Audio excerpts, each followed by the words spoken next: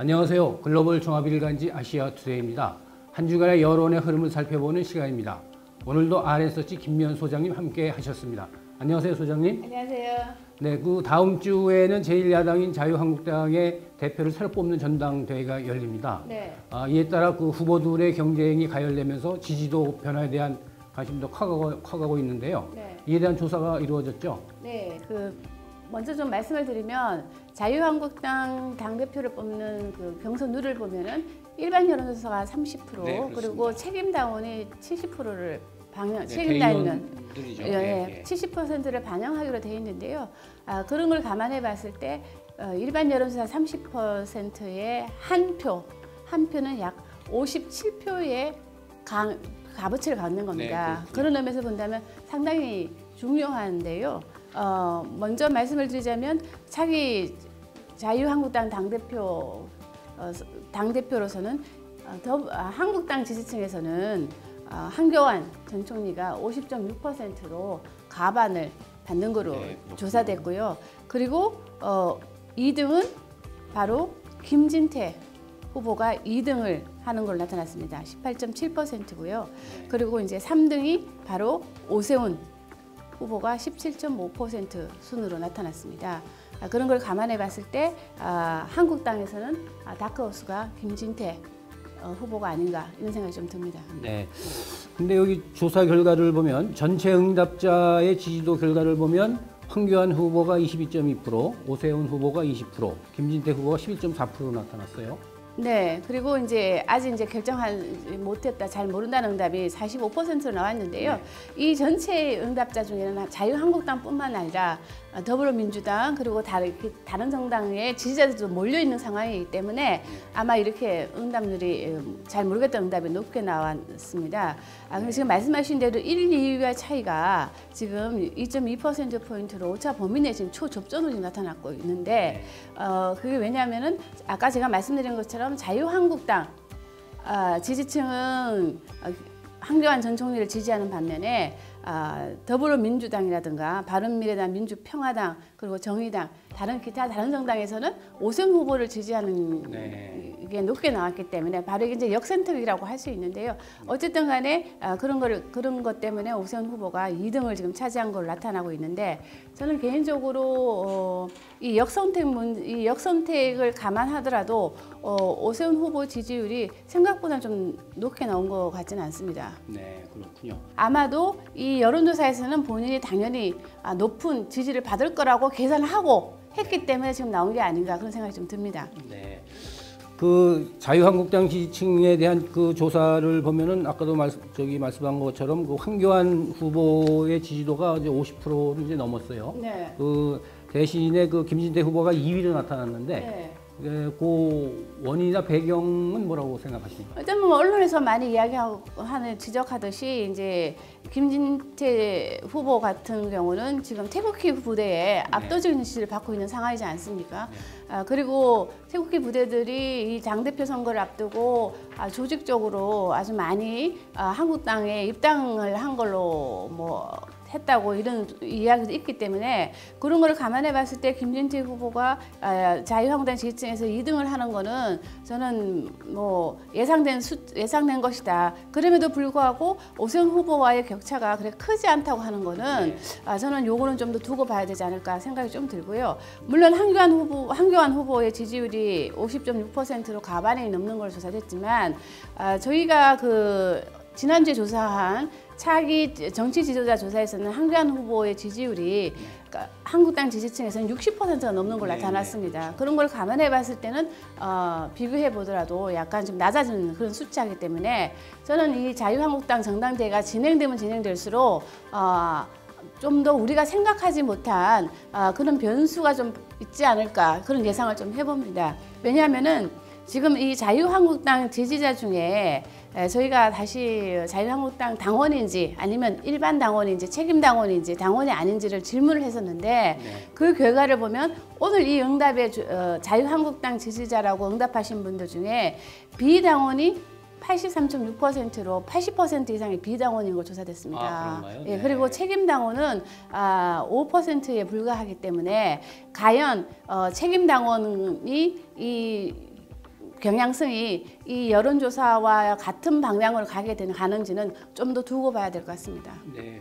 그 여론의 흐름을 앞으로 계속 좀 지켜봐야 될 것 같으네요. 그래서 한 가지만 더 붙인다면 지금 상태에서는 초접전으로 전체 여론조사 결과가 나타났지만 만일에 이 결과가 계속 진행이 된다면은 이번 전당대회에서는 차기 당대표가 누가 될지는 TK 민심이 지금 아직까지는 부동층이 상당히 많은 걸로 지금 저되고 있거든요. 그러니까 이게 TK 민심이 어디로 움직이냐에 따라서 향후 당대표가 자유한국당 당대표가 결정되지 않을까 싶습니다. 네, 황교안 후보의 1위가 계속되는 가운데 오세훈 및 김진태 의원의 그 추격의 그 힘이 어디까지 미칠지 관심을 끌고 있습니다. 그리고 그다음에 그 각 정당별 지지도도 함께 조사가 이루어졌죠? 네. 어떻게 나왔나요? 예, 정당 지지율을 보면 전주 대비 별 변화가 없는 것으로 나타났습니다. 네. 자유한국당 지지율과 한국당 지지율이 뭐 정체인 상태로 지금 나타났습니다. 네. 그 최근에 그 5.18 발언 파문으로 자유한국당의 지지도가 조금 떨어지지 않을까 이렇게 생각했었는데 그 예상 밖으로 이렇게 나왔네요. 그럼에도 불구하고 좀 더 구체적으로 살펴보면 자유한국당 지지율은 상당히 지금 출렁인다는 걸 지금 볼 수가 있는데요. 네. 예를 들자면 20대에서 지지율이 8.5%포인트 빠졌습니다. 네. 전주 대비요. 일주일 만에 8.5%포인트 빠졌다는 건 대단한 거거든요. 그리고 40대에서도 지지율이 6.7%포인트 빠졌습니다. 그리고 소위 대구 경북에서도 보면요. 지지율이 6.8%포인트 빠졌습니다. 저는 이것이 바로 5.18 막말 파문에 대한 지지층의 결과가 아닌가 이런 생각이 좀 들고요. 네. 반면에 자유한국당 지지율이 이렇게 이렇게 유지를 한 배경에는 30대 그리고 여성층에서 지지율이 올랐습니다. 특히 30대에서는 지지율이 11.8%포인트 올랐는데요. 많이 올랐어요. 네. 우리가 누차 얘기했던 것처럼 30대는 바로 30대 여성들은 한국당의 비토 세력이라고 좀 말하면 좀 그렇지만 그동안 그런 경향을 보여왔고 더불어민주당의 핵심 지지층이기도 한데 이런 조사 결과가 나온 것은 바로 이 30대들은 평균적으로 보면 정치적 이슈보다는 생활 밀착형 이슈에 상당히 반응하는 그런 경향성을 보여왔습니다. 그런 걸 감안해 봤을 때 지금 교통비 인상 그리고 물가가 지금 많이 오르고 있거든요. 그러니까 체감 물가가 지금 많이 오르고 있다는 거를 그동안 계속 지속적으로 이들이 이야기해 왔음에도 불구하고 그럼에도 불구하고 더불어민주당을 지지해 왔는데 지금 이분들 하나의 좀 임계점에 좀 도달한 게 아니냐. 고물가. 그다음에 이 30대 같은 경우는 지금 육아 아기들이 있는 그런 가정이 많을 텐데요. 그런 분들 입장에서는 지금 사립 유치원 그 파문이 지금 진정되지 않고 계속 지금 진행되고 있는 것이 하나의 불안 요소로 작용을 했기 때문에 저는 이분들은 더불어민주당에 지금 경고를 보내고 있는 거다. 그러니까 자유한국당을 정말 지지한다기보다는 그동안 더불어민주당을 지지를 해왔음에도 불구하고 전혀 개선책이 보이지 않으니 지금부터는 좀 더불어민주당에 좀 경고를 보내는 그런 게 아닌가 좀 생각이 좀 듭니다. 네, 그렇습니다. 이 정당 지지도 이 변화를 보면 역시 국민들은 피부에 와닿는 현안에 대한 평가를 함으로써 이렇게 나타나는 걸로 보입니다. 이것은 뭐 비단 여당뿐만이 아니라 야당 또 모든 정당이 좀 이게 관심을 갖고 봐야 할 그런 지지도 결과라고 이제 보입니다. 네, 그리고 이제 더불어민주당 같은 경우를 보면요, 그동안 더불어민주당 상당히 20대에서 고전하는 걸로 나타났었는데 20대에서 지지율이 5.4%포인트 올랐습니다.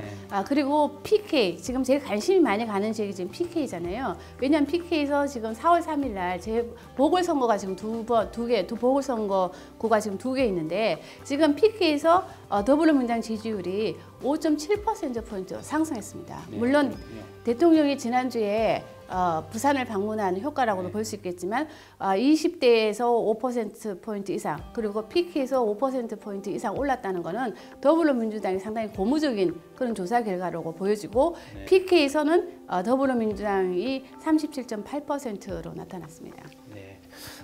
이런 이 정당에 대한 지지도는 계층별, 성별, 연령별로 상당히 많이 그 변화를 보이네요. 네, 역시 정부든 아니면 야당이든 어떤 특정한 이슈에 대해서 어떻게 대응하냐에 따라서 그 변화가 많이 나오는 것 같습니다. 네, 그렇습니다. 그렇기 때문에 전체적인 지지율을 보면은 양당의 지지율이 전주 대비 별 차이가 없는 걸로 보이지만 세부적으로 살펴보면은 상당히 각 계층별, 성별, 지역별 상당히 출렁이 다른 것을 볼 수 있거든요. 그러나 이 전체적인 지지율을 봤을 때는 자유한국당 입장에서는 우리가 막말 파문을 했음에도 불구하고 전체 지지율은 이상이 없네 이렇게 생각을 하면 저는 오판이라는 거죠. 그렇죠. 왜냐하면은 본인들의 핵심 지지층이라고 할 수 있는 TK 그리고 20대 40대에서 지지율이 이렇게 큰 폭으로 빠졌다고 하는 거는 뭔가 이 여론이 자유한국당에 지금 메시지를 보내고 있는 거기 때문에 이런 걸 좀 감안해서 자유한국당도 좀 대처 방안이 나와야 되지 않을까 싶습니다. 네. 국민의 마음은 여야 정당의 그 정책 결과에 따라서 수시로 변화가 되고 있습니다. 이런 점을 감안해서 앞으로도 정부 여당은 물론 야당도 국민의 마음을 살 수 있는 정책이 무엇인지를 나름대로 터득하고 파악하는 그런 노력이 더욱 필요할 것으로 보입니다. 지금까지 RS서치 김미연 소장님과 함께 지난주 여론을 살펴봤습니다. 감사합니다. 감사합니다.